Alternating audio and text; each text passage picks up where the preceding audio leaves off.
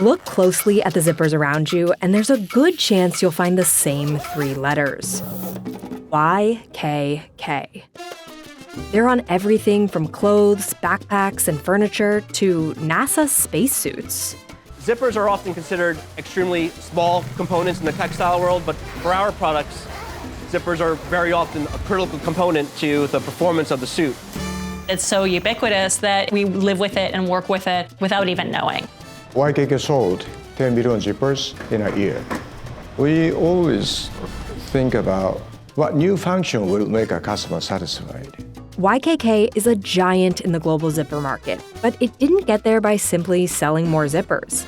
It built a business model designed to control nearly every step of how its zippers are made, turning an often overlooked product into a multi-billion-dollar global empire. YKK stand for Yoshida Kogyo 株式会社 was established back in 1934 by our founder Tadao Yoshida. He was a very conscious about quality. So provide the customer with the best qualities, not just the product, how we make it, with what material we use it. It's not just quality. In Japan, YKK offers more than 100,000 zipper types. All right, this is a very fun example of a Japan souvenir jacket. This is made in the 1950s, and early example of a YKK zipper. They were nimble enough to create so much variety in their manufacture and their making of these zippers that they were able to suit a lot of different companies' needs and a lot of different makers' needs. YKK operates a highly vertically integrated manufacturing system. That means it controls nearly every aspect of production. From raw materials to developing its own production machinery and proprietary technology to finish zippers in-house. The strategy sets it apart from many competitors who outsource parts of the process. We are losing the price competitiveness against the Chinese competitors.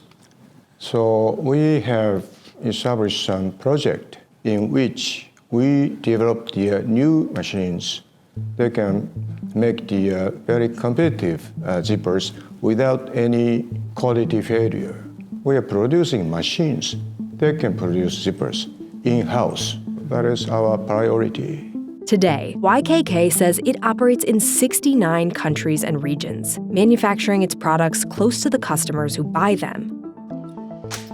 They're employing people in those communities and creating a foundation and a community base for what they're doing, and effectively came to dominate the market.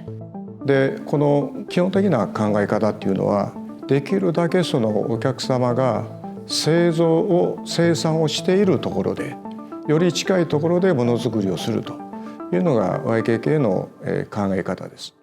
But when YKK first established its US operation in 1960, it had to combat a larger geopolitical perception. That was before Japanese technology was acknowledged in USA.